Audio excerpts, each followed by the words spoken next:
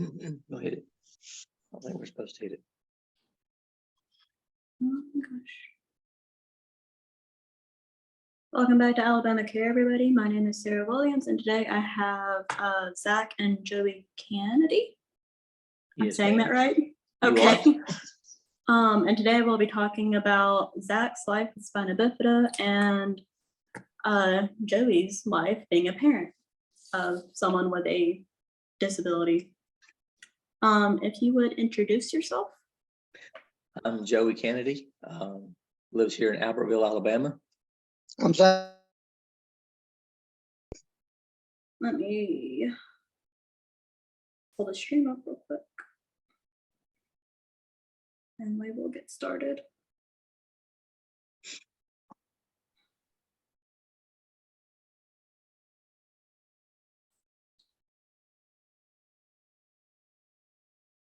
Okay. All right. First question.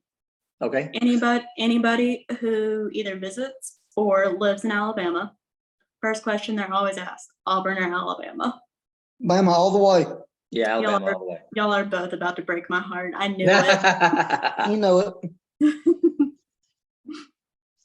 Can't help it. It's just what we were born and bred into. I'm an Auburn girl. I went to college there and That's awesome. everything. My daddy just Okay. introduced me to Auburn football in the 60s. So I was a Bear Bryant Bama fan, football. Bama football. And so that's just all we've ever known. It's good. Gotcha. Let's see. Okay, this is one of my new favorite questions. Favorite Okay. song? Favorite song. Get out, your favorite song. Amazing Grace. My favorite song right now is That You Say by Lauren Daigle. It's a good song. Love the song. Those are actually two really good songs. I Yeah. cannot listen to Amazing Grace though. Yeah. Okay. This could be a question just for one of y'all or both of y'all. Okay. What is spina bifida in your own words? You want to do it? You want me to? You can. Okay. Spina bifida is a birth defect that happens, and the spine is left open at some point. It's a neurological problem, and nerves to the lower part of the body from that place are not properly connected or not connected at all. So, we're a little familiar with that because my sister was born in 1963 with a form of spina bifida, and then Zach in 1986. So we've lived with that for the most part for all of our lives. And so know a little bit about that. That's pretty cool though, that you have a family member Mm-hmm. Yeah. also spina bifida. Mm-hmm. I'm Yeah, the we only- never really realized I'm the that. only My one. sister- Yeah, you're the only one. Yeah. But you never realized your sister had it? Is that what you were? No, because she had surgery when she was a baby, and hers was the lesser of the three choices, I guess you could say, if you have spina bifida. So she had a big scar on her back, but Mhm. she could use her legs, she can walk, and so everything. So, you didn't think as much about it, and she didn't have, near as many hospital visits and doctor visits as what Zach's had in his life. Gotcha. Yep. Okay. What kind of spina bifida does Zach have? Well, it would be myelomeningocele. That's what they That's would. the same one that I have. Can you spell it? I can. MYELOMENINGOCELE. Well, that's amazing. I could not.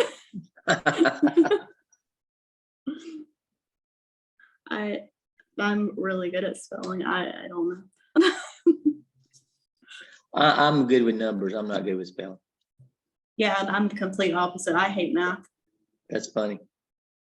Okay. So what was your reaction when you found out that Zach had spina bifida, or did you Yes, when it did was you- about a month before he was born. It was actually, he was born May the 1st, 1986. So about the 3 weeks before, I guess, in April of 86, Karen had a routine sonogram, and the doctors told her that he was pretty sure she had, a child with spina bifida. We didn't, that was just kind of a shock. And so they sent us from Gadsden, Alabama to Birmingham to UAB to get other opinions. And so the person who did the sonogram with us that day, basically said this to us, said, we don't think the baby has any legs and we don't think they'll be able to live outside the womb. And so that was probably one of the worst days of our lives. So we drove home and cried all the way home. And, you know, and then we just prayed and believed that, you know, that it wouldn't be. And so the reality of it don't really hit you till the day's born on May the 1st. So, yeah, shock, fear, you know, a lot of things go along with that. So afraid of what the future held for us. Let's talk about this question I didn't ask at the very beginning. Okay. That I actually just came up with right before the live stream. Okay. Okay, so most inspirational person in both of y'all's lives. Well, honestly, for me, the most inspiration for me has been Zach. So since the, you know, the time he was born, this going through this journey with him, everything he faces, how he faces it, what he goes through, it really inspires me a lot. Always has, even the time he was real little. So I don't know. You got an inspiration? I don't know. You don't know. You don't know? Yeah, I just kind of sprung that one on you. Oh, that's a good question. That's a good question. Yeah. Okay, let's go to like Zach's early life. Okay. Okay. So he had surgery in May, 2 different surgeries, one to close his back, one to put a shunt in. And then he had some issues swallowing. So he was back in the hospital again. We went through some of that. In that process, his shunt got stopped up from a hernia surgery that they'd done. And so after July of 86, about the 4th of July, 5th of July, we got to come home. And then it was good because he didn't have to go back and forth a lot. So life was pretty normal for a little while because, you know, he's an infant anyway. And so once he gets old enough and with other people we had friends with, you know, and all of a sudden when he gets 1, 2, and 3 years old, you know, it's a little more challenging because it's obvious now that, you know, he can't walk, but he was really strong and he could just crawl over the house, just crawl over the house and just do all kinds of things. And he got a little red wheelchair. It came from Sweden, and then he got mobile with that. And so he could just go outside and we'd play, and he loved to hit like baseballs. And so I would throw him probably 200 or 300 pitches a day and let him just hit. And he really developed his hand-eye coordination. So, you know, a lot of that was pretty normal. Then he got on a little league softball team, and he was kind of helped keep score, manage, and was with the team, a part of the team. And I remember all that, and, you know, that getting pictures made, that was all cool. So he had a lot of things that was, you know, in his early childhood that we just wanted him to be able to do everything he could possibly do. And so we kind of always worked at that to kind of help make that happen. So it was good. It was actually a good growing up time. It was fun to you, most part. So I didn't like preschool, I don't think. he didn't like preschool, he said. So he got in trouble in preschool a couple times. And then when he got to kindergarten, it was funny. He had a manual chair, and he would just want to roll away. And so the teacher actually put a broom handle through his wheels so he couldn't roll away. So it was funny. So he was probably a little rowdy there when he was a little kid. That's crawl from one room to Yeah, and then he crawled. He got out of his chair one day and crawled out of the classroom into another classroom. So it was fun. So it was normal, and everybody, you know, he felt he was so mainstream in school. He never, you know, he never had that. I don't think we never had an issue with them not taking care of every need he possibly had every day. That's good. You know, and that was good because you never felt like you had to go battle to get something taken care of. As you know what that's like for y'all. So you never had to do that. It's cool. Everybody really chipped in to help us. Yeah.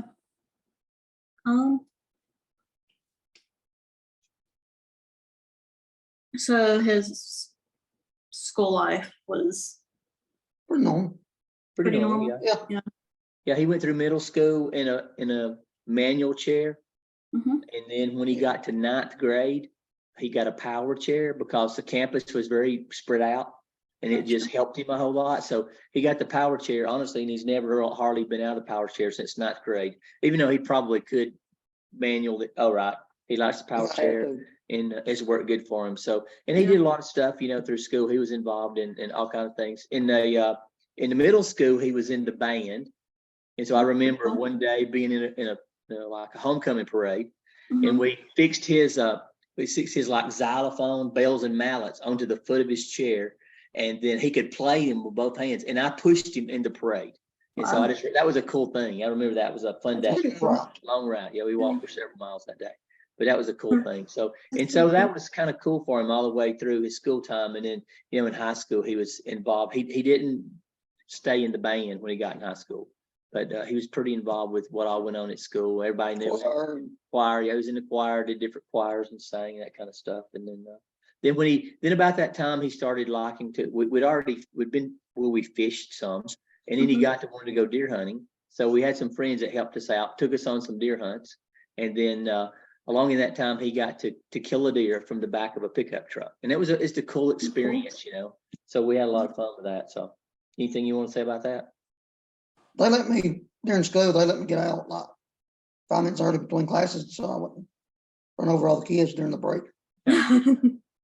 Yeah. So they always accommodated you, though. Yeah. They try to make it as easy for you and as easy for them as possible. We were blessed in that we always had a principal and some people at the school that wanted to make sure everything was good. Rather than having to battle to make it good, they were in front of that, always trying to make it good for him, which that made the school way better. Right. So I remember when he was younger, they had taken care of, all of his like needs for catheterization and all that at school when he was even in kindergarten. Yeah. Through that, had a nurse there, and she did it every day for him and everything. Yeah. I had an aide, kindergarten through 5th. That's cool. 4th and 5th grade were a struggle because I had switched schools. Oh yeah. And that's when it became a struggle. Yeah.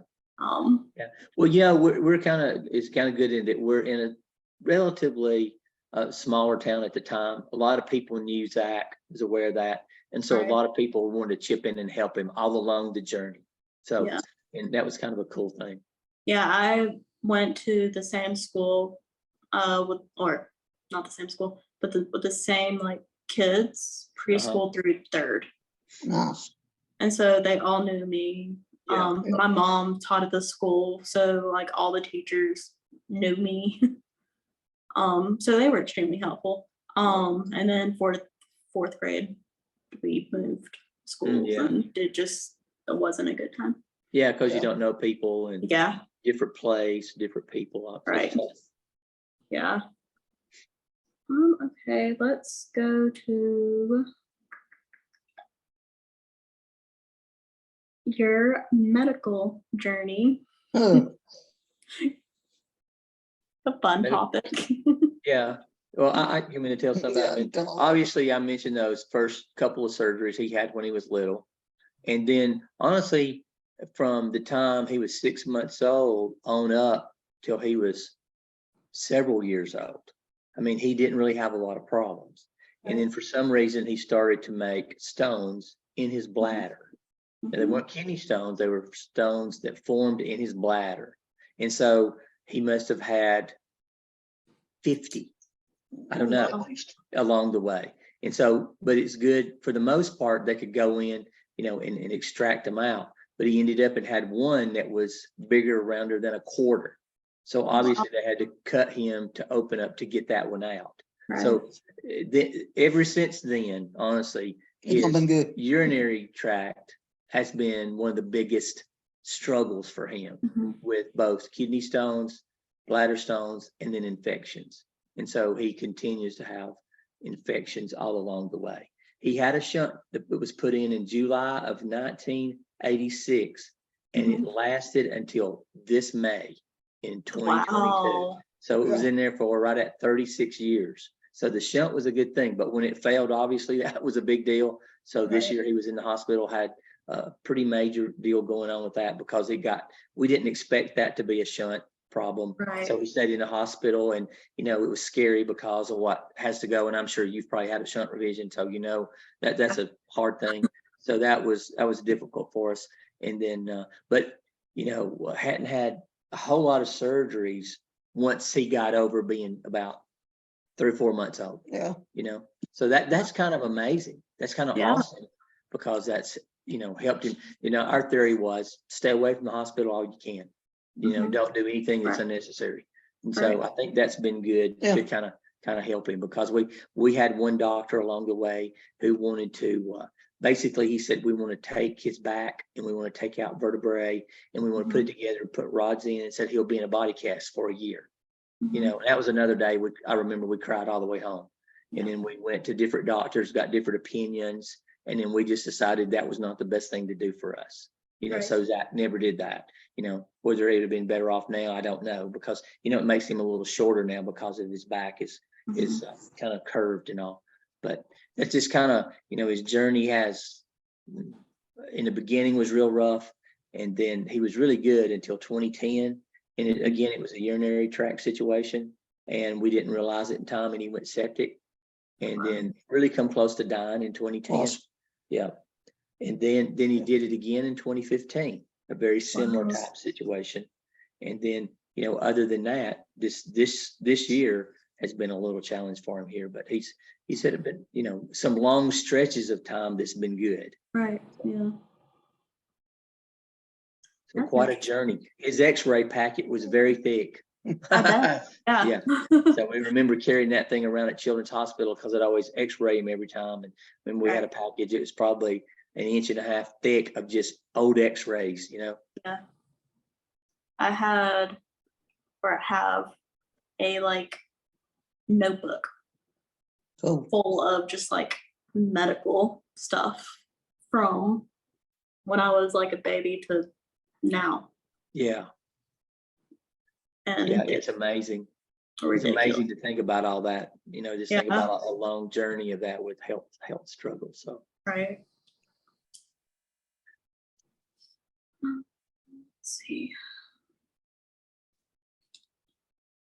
Let's see. Earliest memories of Zach for both of you. And then your favorite memories. what's your earliest memory? You talked about that earlier today. I remember the green chair a little bit, or the red chair a little bit. Yeah, his little red wheelchair. He had it, you know, it was very small. He had it for a little while. Yeah. You had it, you was in that when your sister was born. Yeah, I remember that. a little bit. That was a great memory to Yeah. me, to you. His sister was born. He was about 3.5 at the time his sister was born, and he was so excited to get a baby sister. And so we were in the hospital. She actually was born on the way to the hospital. Oh wow. And so when Zach got to come to meet her for the first time, he had rolled all around in the hospital and down the halls telling everybody, I've got a baby sister born in the back of an ambulance. And so it was just, that was fun. And you kind of remember part of that. Yeah. So my earliest memory obviously was right after he was born. They wrapped him all up and handed him to me to carry him from the delivery room down to the nursery where he was going to stay for about an hour before he got transported in an ambulance to Birmingham. We were in Gadsden at the time. And I just will never forget the moment of holding him and looking into his eyes. And when his eyes looked at my eyes, and it was just like, I was afraid because, you know, the doctors had said they didn't think he would live. So, you know, I'm here, I'm holding a newborn baby, and I'm scared in that moment rather than being exhilarated from having a firstborn son. You know, it was scary to me. And so I just remembered I'm thinking, I've got to hurry and get him to that nursery, you know? So, and that was my earliest. And I think my best memory for me was when he killed the deer. That day was so fun. That was one of the best days that we'd ever had. There. Yeah. So we backed up, we go deer hunting. It's late in the afternoon. We back up over a green field, and I had made Zach a tripod, took a tripod for a camera, and I camoed it all up. And I built a tray on it out of wood to put the rifle barrel in because he can't hold the rifle out like this, you see. And so when we back up to the green field, Zach's in the back of the truck. I climb into the truck with him. And when I looked up, there was a deer. It's standing dead still staring at us about 80 yards away. And I thought, there's no way that deer will stand there until I get this rifle loaded and give it to me. Because we're making all kind of noise. Yeah, we're noisy. And it just stares at us the whole time. And so he takes the rifle, lays it into the little holder we got for it. And then I said, you know, he played video games where he shot deers on video. And so I said, it's all up to you. I'm not going to touch anything. And within 5 minutes, he shoots and the thing it jumps in the air, runs about 10 or 15 feet and kills over. So 10 minutes into the process, we're dragging that thing to the truck. And so just a fun day. We had a gentleman with us who had carried us. And so, we loaded it up, come home, took pictures and all that kind of stuff. So that was a fun day. That's What's your really other cool. fun day? Alabama football game? Yeah. I bet. What about that? Oh, I met the president in the university in the airport at Birmingham, and Oh, got that's to go to the pretty cool. game with him and sit in the president's box. Wow. Pretty neat. Yeah, that was in the 80s, mid 80s, I And he guess. said, 97, that's right. So yeah, he met the president of the university by accident in the airport when we went to pick my sister up from a trip. And the guy saw Zach had on Alabama gear, gear. everything. And so he was just all cool and he wanted him to come and go to a game with him. So that was a fun day too. We got to go and That's pretty cool. sit in the president's box, and that was kind Wow. of cool.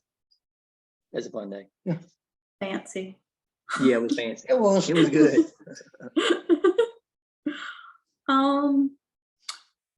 Okay, here is a question for Zach. What was your dream job growing up? I know this. Yes, you do. Police dispatcher. So, did it for 1 year. But I still listen to the Skinner all the time, though.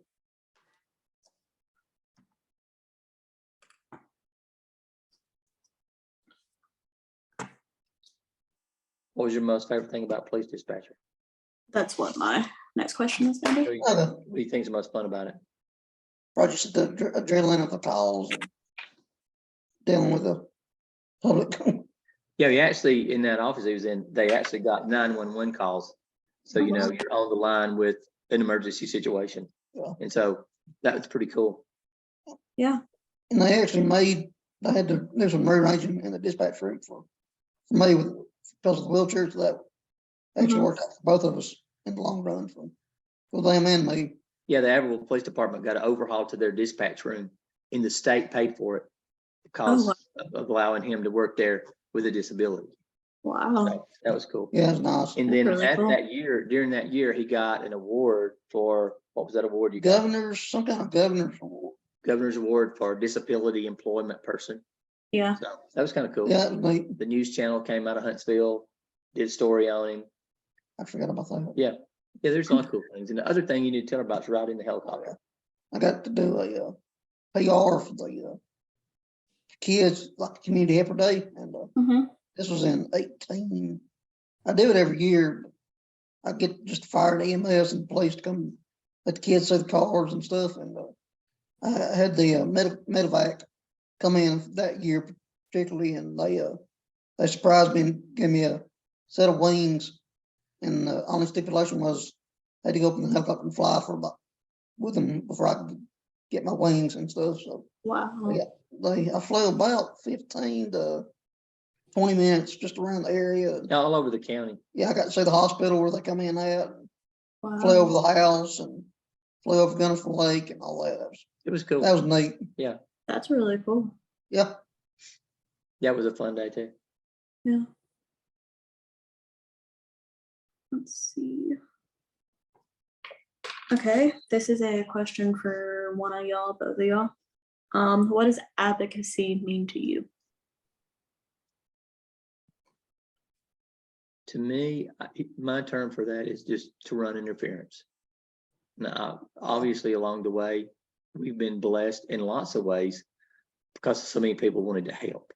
But, there's always that opportunity. I mean, I always try to, Karen and I both, his mom would try to, be in front of some situations and make sure some things were going to be good before we get there, so to speak. And both with school, and then he went to Sneed State to college for a couple of years, even with his job, everything. Yeah. So, that's kind of my idea for what I mean of that. And I don't feel like we've had near the place for advocacy like, like some would have known. So what, do you have a word for that? Not really. Okay. Oh. Yeah. Tell us, I mean, if we can ask you a question, what do you go think? Tell us what you think on that. What advocacy means? Yes. I would say like standing up for yourself and in order to like get what you want. I honestly did not learn how to advocate for myself until about college. Okay. Because I was living on campus by myself. My mom was not around 24/7 like she had been. And I had to get accommodations for class and just like things to like get around on campus and all that. Like things had to be done. So I had to all the people are watching now. I'm sorry, I'm seeing all the people joining now. But that's when I really learned how to like ask for what I needed in like the appropriate way, I guess is how you would say that. Okay. Yeah. But yeah, it's basically just like standing up for yourself and learning how to ask for help when you need it, which I'm still really bad at. Yeah, well, it's sometimes hard to ask for help. Did you ever feel like you had to ask for help at school? Not really. I mean, most time they would get the doors, and every now and then I'd grab the doors in my wheelchair and get them open enough I could get out. And so they were extremely accommodating, Yeah. it seemed to be. And at Sneed, even college, they would make sure my classes was in the same building, or at least one building apart, so I don't have to like go from one side of the campus to the other just to each day. Yeah, it seemed like the people just really went out of their way to help you with a lot of that. Yeah. I had a lot of people helping me like on campus and stuff. I'm also like, you wouldn't know it because y'all know me, but I'm also really shy. Oh. And so it takes me a while to like warm up to someone and actually be able to go up and ask for help. We actually have a question pertaining to advocacy. Okay. Tina Marie, my mom, she says, "Hi, have you had to advocate much for Zach when he's been in the hospital?" Oh yeah, definitely. Definitely. The hospital is a whole nother world for that advocacy. I agree. Yeah. Just every time. The biggest time that I first remember was in 2010.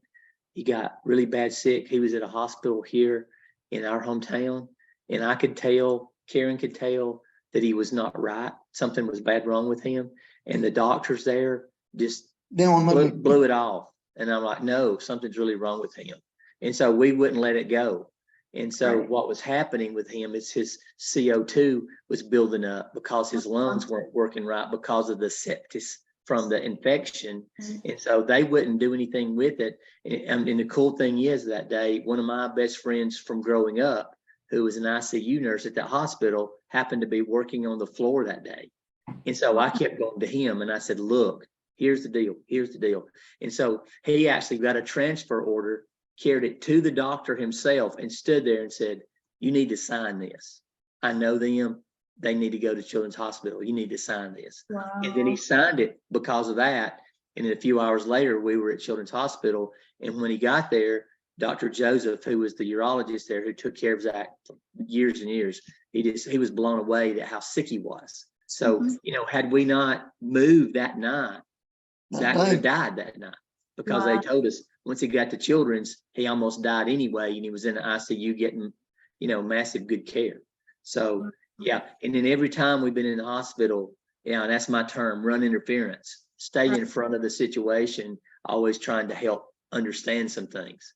So, yes, the hospital is really hard on our end because, we do a lot of stuff together and, we know each other. I know Zach's, body for the most part, what I was going on with him. Yeah. And so we would try to, see things and we can see those things and try to communicate them. And sometimes the doctors don't want to listen to that because they think they know what they're doing or whatever. But so that's, yes, big challenge. Big Right, challenge. yeah. Hospital. Hospitals are something. Yeah, My challenging. mom has definitely had to run interference for me a Yes. lot. Yes. Did you go to Children's, I guess? I did. I go to UAB now. Yeah. I had Dr. Joseph. Speaking of Dr. Joseph, Mhm. he was my urologist for a really long time. Yeah. Me too. Yeah, he did a lot of surgery on Zach. He's the one who took all those stones out along the way. And so he'd have bladder stones. And then anyway, Dr. Joseph kind of nicknamed Zach a rock garden because he said he grows rocks.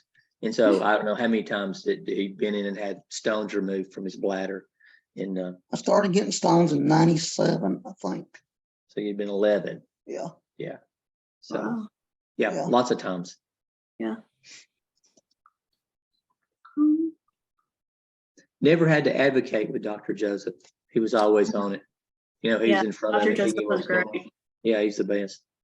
A few times he said, do what y'all want to do or what y'all think's Yeah. better, you know, kind of. Yeah, one time in 2010, actually, when he was in the hospital after he started getting better, he come around with a team of doctors, and he knows us and knows how we kind of do what we do. And anyway, he told the doctors who was on his team kind of where Zach was, what he was doing, and he looked at me and he said, "What do you think?" And I told him an opinion, and then he told them it was interesting. He said, "Okay, do that because that's a better idea." You know, and I thought that's kind of cool that he would listen to you and Right. be willing to take an opinion from somebody else. Right. So Okay, we're actually going to skip down to a question that Okay. I didn't send y'all. all right, we like those the But I'm best. actually extremely excited about it. Okay, You wrote a book, right. Yep. and so can you talk a little bit about that Certainly. book? Yeah, hey, I actually got it right here. If I can show it, I don't know if you can see that or not. It looks like that. It's titled "Living His Dream," and that's why I would have said a while ago that Zach is inspirational to me. So when he was about 7 or 8, he fell in love with the law enforcement whole community, got to know the chief of police. And so that's when he got his scanner and he started listening to everything that goes on with all the policemen. And so he always decided, he wanted to be a police dispatcher when he grows up. So when he graduates high school, he went to Snead State, got a 2-year associate degree in criminology, and then the city of Aberville hired him to work in the dispatch room. And so, we talked about that a few minutes ago. Well, a local newspaper reporter came and did a story on it. And he put it on the front page of our local paper called the Sand Mountain Reporter. And it had a picture of him that you saw there. That picture on the front of the book was the picture that was on the front page of the paper. And the guy captured it and said, "Living his dream." And I thought, that's cool. At the time, he's 24.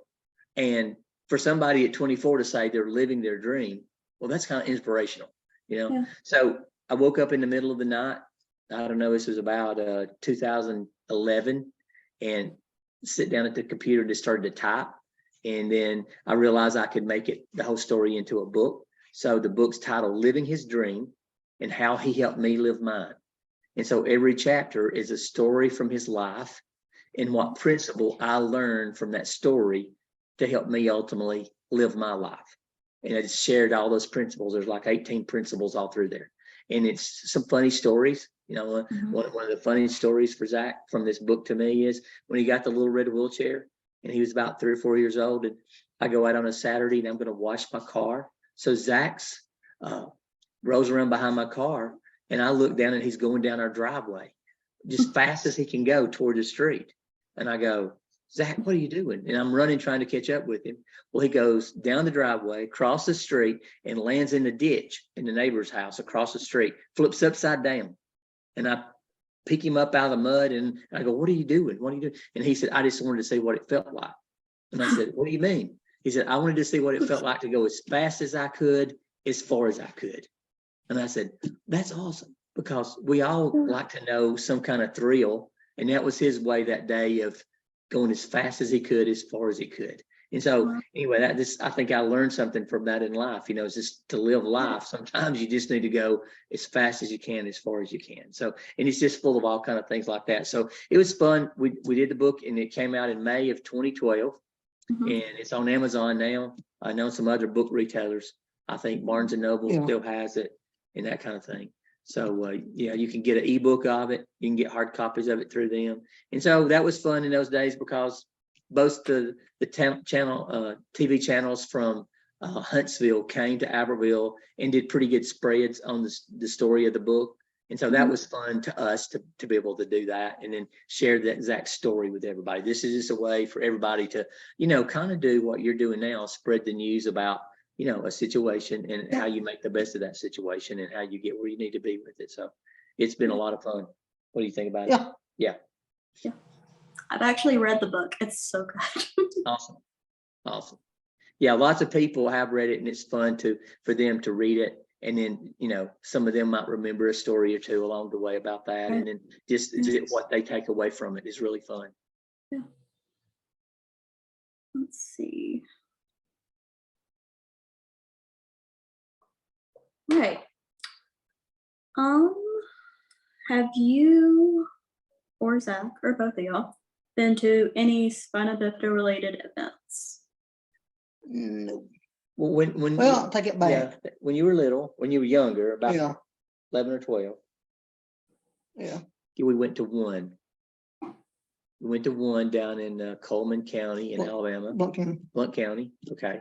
And it was just a day where they did archery, they could swim.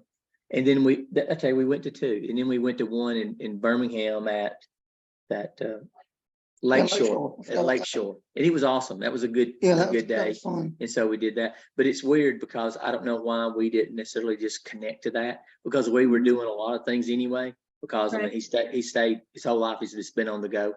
And so, we just doing all the stuff like the playing a ball, run, fish, hunt, and the stuff that sometimes you may not have gotten to do.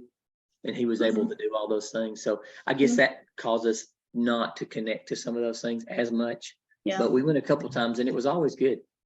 So, and it was a little ways away from house too. So, it takes several hours sometimes to get somewhere. Yeah. The news channel actually come down to the one in Blount County, and I was on NBC 13. Oh yeah. That night also. Yeah. Wow. I forgot about Lakeshore. Yep. We hadn't done that in a long time. Yeah. I went to a camp called Camp Aska. Mm-hmm. On Lake Martin. Yeah, we've heard of it. Cool. Yeah. I went there for a few years and then college, and then I got a job and it just kind of took over. Yeah, I understand. Life happened, huh? Yeah. And I was really upset about it, but I got over it.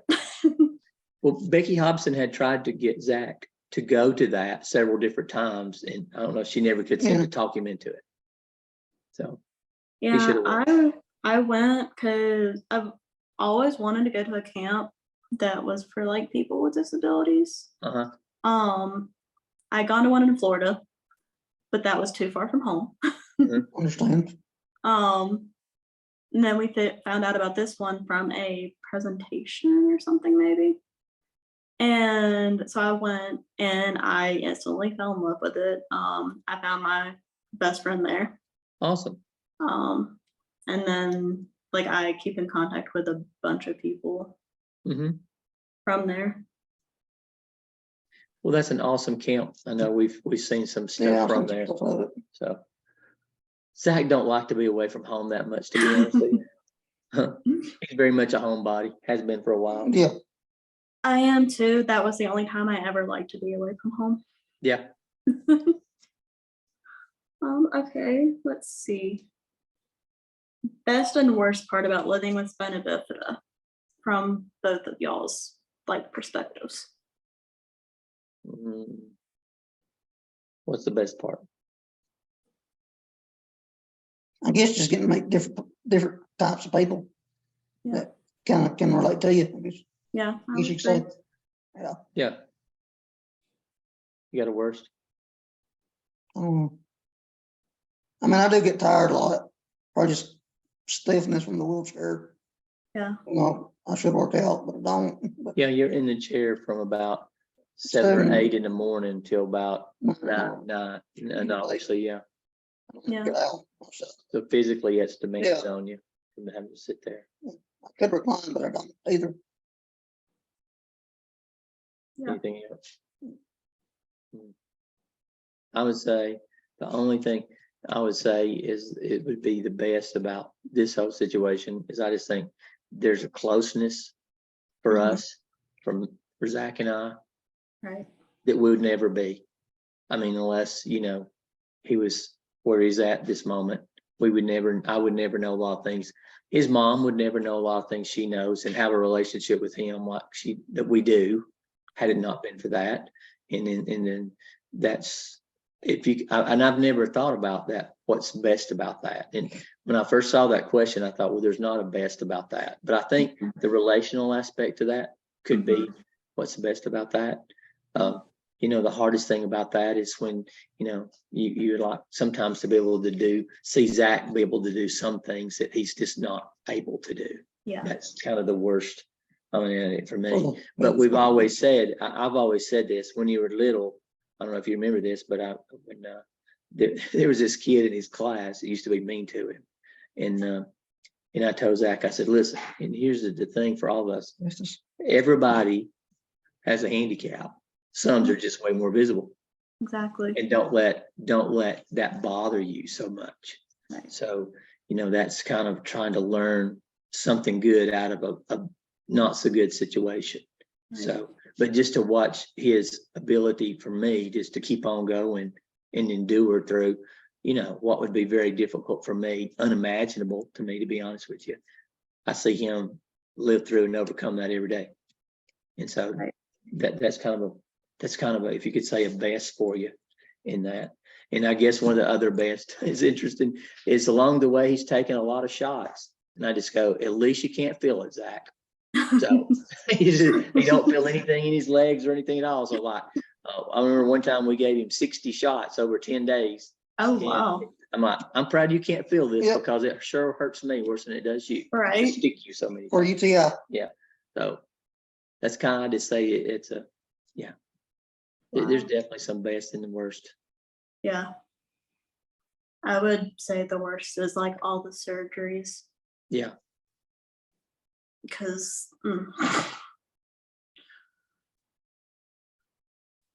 Yeah, his shunt thing this year was extremely difficult, I think, for him and for us, just from the uncertainty of the moment, what else going on with him, because he kept blacking out, and we didn't know what was going on with him, and then just to see that, and then to see, what it was like to have that done.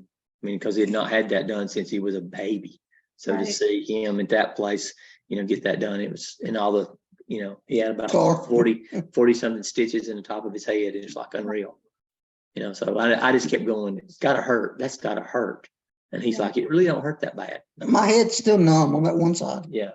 So Is yours numb around your skull? not really, no. That's weird. it made me hurt for him. Okay? Yeah. Just to look at it, it hurt. So Yeah. That's what my mom says. yeah, it does. It does. Okay.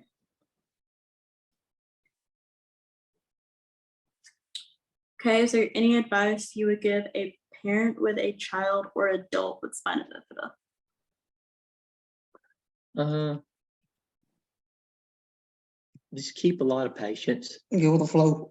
Yeah. Keep Yes. a lot of patience. Sometimes you just have to go with the flow.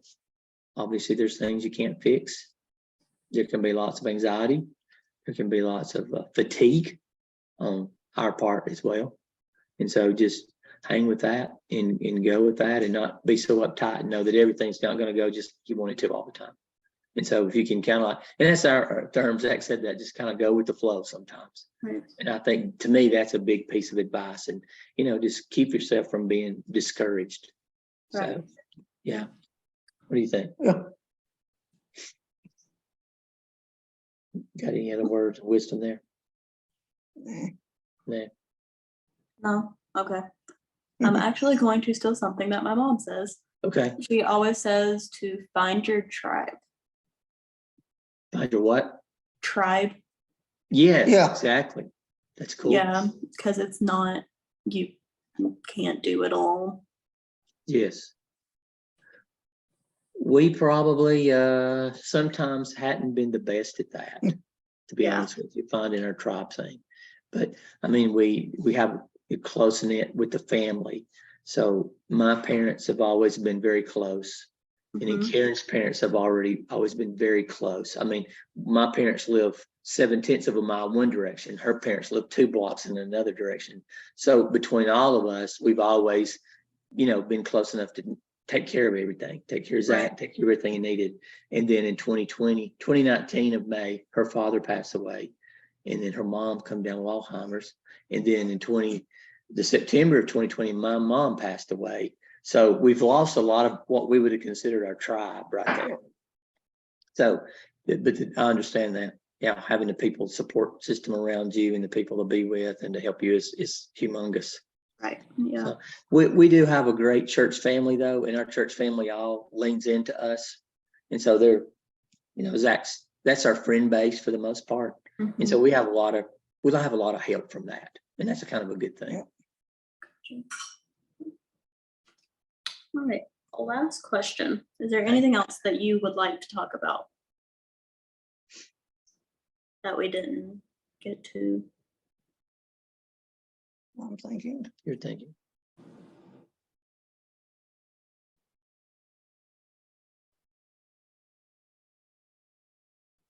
I can't think of nothing. Here's what I think about when you ask me that question, and then just knowing, watching Zach and see what he's gone through, see what he's been able to do, and see where he's at. Is just to know this: every person, no matter what, has value to add. Right. And to find that value, help them find that value, and then be of value to somebody else or to an organization or somebody. And so to me, if I'm a person who adds value to whatever I'm involved with, and so I've seen Zach with some great struggles along the way, be able to add value in his place at school, in his place with the police department and the fire department and some other people that he works with. So he's always seemed to be able to add value to that. And so, there's a lot of people that I deal with a lot, and it seems like they want you to add value to them rather than them being able to add value. Yeah. So I would say to anybody with disability, find your place where you can add value to somebody else, because that brings a lot to you and out of you through that. So Zach, when we at our church years ago, we started running projection screens and all that, and Zach always did that, and he did that for years. Sunday. For years. And so that was something he did that added back. That was a skill he had. He was able to do that. And then I'm the pastor, so I would put stuff on the screen for the preaching time. And Zach, it was like we were together doing it, because he would follow what I was saying, and he knew how to stay right with me through the whole process of communication. So, that was a place he added value. And then I just think that's an important thing for any of us, no matter what situation we're in. How can we add value to the world around us? And so, I just see that in lots of people. And I see when that's not there also in lots of people. And I think that's good for every one of us to be able to do that. So that would be my words. Good words. Awesome. All right. I think that is all my questions, and we had nothing else come up on Facebook. Okay. So I think we're going to end Okay. this. But thank you for letting me interview you. Yeah, it's Thank fun. you. Thank you for doing it. We've enjoyed it, right? Yeah, it's been fun. This was actually really interesting. Well, maybe we share a little bit of information that's helpful. Yeah. All right. I will see y'all in my next interview. Bye, guys. All right. Bye-bye. See ya.